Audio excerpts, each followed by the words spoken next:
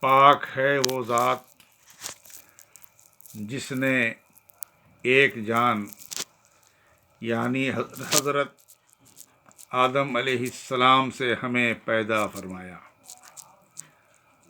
اس سے ایک ایک جوڑا بنایا اور اسی جوڑے سے مرد و عورت کو دنیا میں پھیلا دیا۔ ہماری رہبری کے لیے دنیا میں سینکڑوں نبیوں کو اس جہان فانی میں بھیجا۔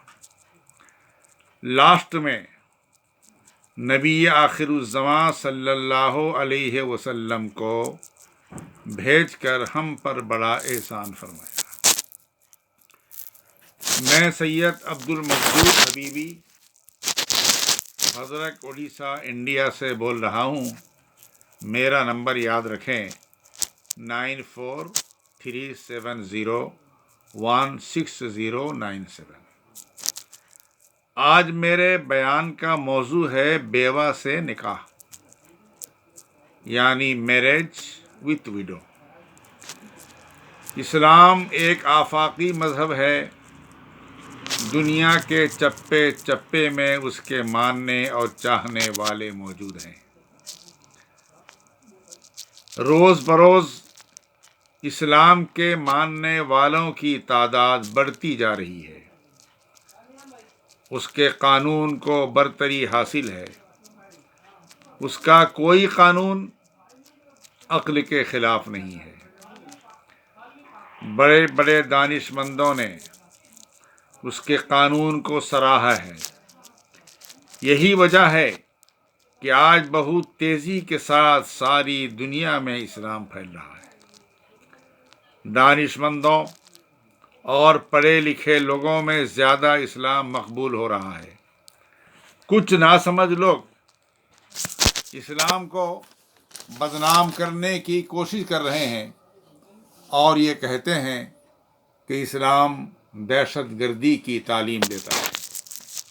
میں کہتا ہوں اگر کسی کو اسلام کا کوئی قانون خلاف عقل لگتا ہے تو یہی کہا جائے گا کہ اس نے اسلام کا صحیح مفہوم سمجھا ہے، نہ اس کی گہرائی میں اترا ہے۔ اسلام کے قانون نہ سمجھنے کی وجہ سے کچھ لوگ اسلام کے خلاف بولتے ہیں اور کہتے ہیں کہ آج کے دور میں اسلام ترقی کے لیے بڑی رکاوٹ ہے۔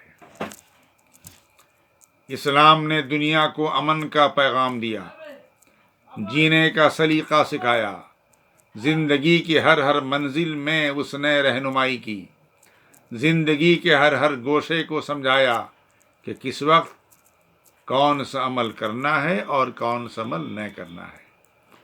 غرض کے پیدائش سے موت تک، موت کے بعد بھی کیا کیا کرنا ہے، بانی اسلام صلی اللہ علیہ وسلم نے ساری باتیں بتا دی ہیں۔ قانون کے سلسلے میں ہمیں کسی کا محتاج نہیں رکھا۔ قرآن مجید، حدیث پاک اور فقہ کی کتابیں ہماری زندگی میں آنے والے سارے مسائل کا حل پیش کرتی ہیں۔ لیکن افسوس ہے ان مسلمانوں پر اسلام کا راستہ چھوڑ کر جنہوں نے دوسرا راستہ اپنایا ہے۔ اسی وجہ سے پریشانیاں بڑھ رہی ہیں۔ اللہ تعالیٰ انہیں عقل سلیم عطا فرمائے۔ عقل و سمجھ کی روشنی میں اسلام کی باتوں کو صحیح سمجھنے اور ان پر عمل کرنے کی توفیق رفیق کا نور برسائے۔ اسلام کے ماننے والوں کے دلوں میں وہ جذبہ عطا ہو کہ خود اپنے آپ کو اور اہل خانہ کو اسلام کے اصول کے پابند بنائیں۔ یہی راستہ نجات کا راستہ ہے۔ اسی سے زندگی کو سکون ملتا ہے۔ ہنوز آیم برسرے مطلب ان تمہیدی کلمات کے بعد اب اصل موضوع کی طرف لوٹ رہا ہوں۔ آج کل مسلمان بیوہ اور مطلقہ سے نکاح کرنے کو عار سمجھتے ہیں۔ کہا جاتا ہے کہ سیکنڈ ہینڈ گاڑی کو لے کر کیا کریں گے ہم، اسے کیوں گھر لے کر جائیں گے؟ خاص طور پر وہ بیوہ جس کی اولاد ہو، اس سے نکاح کرنے کو لوگ کتراتے ہیں اور بڑا بوجھ سمجھتے ہیں۔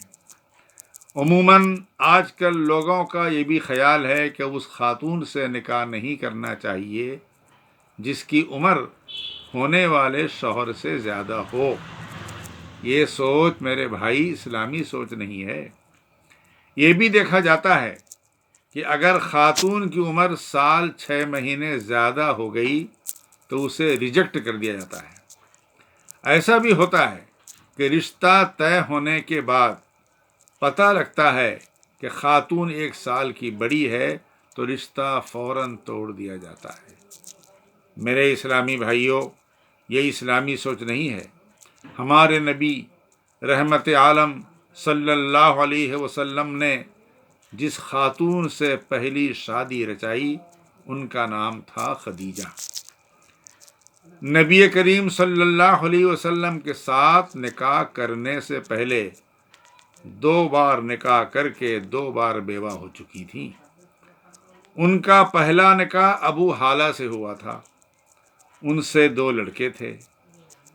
پہلے شوہر کے انتقال کے بعد حضرت خدیجہ نے دوسرا نکاح عتیق بن عابد سے کیا، ان سے 2 بچے تھے۔ ایک کا نام تھا عبداللہ عتیق اور ایک لڑکی ہند بن عتیق۔ قسمت سے دوسرے شوہر بھی اللہ کے پیارے ہو گئے۔ دوبارہ بیوہ ہونے کے بعد حضرت خدیجہ کا نکاح نبی کریم صلی اللہ علیہ وسلم سے ہوا۔ دونوں کی عمر بھی آپ ملاحظہ فرمائیں۔ حضرت نبی کریم صلی اللہ علیہ وسلم کی عمر شریف 25 سال تھی اور حضرت خدیجہ رضی اللہ تعالی عنہا کی عمر 40 سال۔ آقا دو عالم صلی اللہ علیہ وسلم سے نکاح کرنے کے بعد اور 25 سال تک حضرت خدیجہ رضی اللہ تعالی عنہا باحیات رہیں۔ ہمیں یہ بتاتی ہے کہ بیوہ سے نکاح کرنا، نبی کریم صلی اللہ علیہ وسلم کی سیرت ہمیں یہ بتاتی ہے کہ بیوہ سے نکاح کرنا، زیادہ عمر والی خاتون سے نکاح کرنا ہمارے نبی صلی اللہ علیہ وسلم کی سنت رہی ہے اور آپ کا طریقہ رہا ہے۔ جس نبی کا ہم کلمہ پڑھتے ہیں ان کی سنت پر عمل نہ کریں تو کس پر عمل کریں؟ مبارکباد کے لائق ہیں وہ لوگ جو بیوہ خاتون سے نکاح کر کے اپنے نبی صلی اللہ علیہ وسلم کی سنت پر عمل کرتے ہیں۔ جو ایسا کرتے ہیں یقیناً ان کا یہ فعل دوسروں کے لیے راہ ہدایت ضرور ہے۔ اب میں آپ کے سامنے وہ بات پیش کرنے جا رہا ہوں جسے سن کر یقیناً آپ خوش ہوں گے اور آپ کی زبان سے کلمات تحسین بلند ہوں گے۔ شیخ اسیر الدین مرحوم کے لڑکے شیخ حکیم الدین، ساکن غوثیہ نگر، مرزا پور بھدرک اڑیسہ کا دل کا دورہ پڑنے کی وجہ سے 5 ستمبر 1919 کو انتقال کر گئے۔ اللہ تعالیٰ ان کی مغفرت فرمائے، آمین۔ وہ اپنے پیچھے 2 بچے اور ایک بیوہ چھوڑ کر دنیا سے چلے گئے۔ یہ خبر سننے کے بعد ہر انسان ضرور سوچے گا کہ ان کی بیوی اور یتیم بچوں کا کیا حال ہوگا۔ میرے بھائی، اللہ تعالیٰ مسبب الاسباب ہے، اس کے ہر کام میں مصلحت ہوتی ہے۔ اس کی حکمت کو سمجھنا آسان نہیں ہے۔ کسے کب بلاتا ہے اور کسے اس دنیا میں رکھتا ہے اور کیوں رکھتا ہے وہی جانتا ہے۔ اسی کی شان ہے کہ ہر ایک کے لیے اس کی ضرورت کا سامان بھی مہیا فرماتا ہے۔ وہ کفیل بھی ہے اور عادل بھی ہے۔ ہماری زندگی، موت، خوشی اور غم سب کا مالک وہی ایک ذات ہے جسے ہم اللہ تعالیٰ کہتے ہیں۔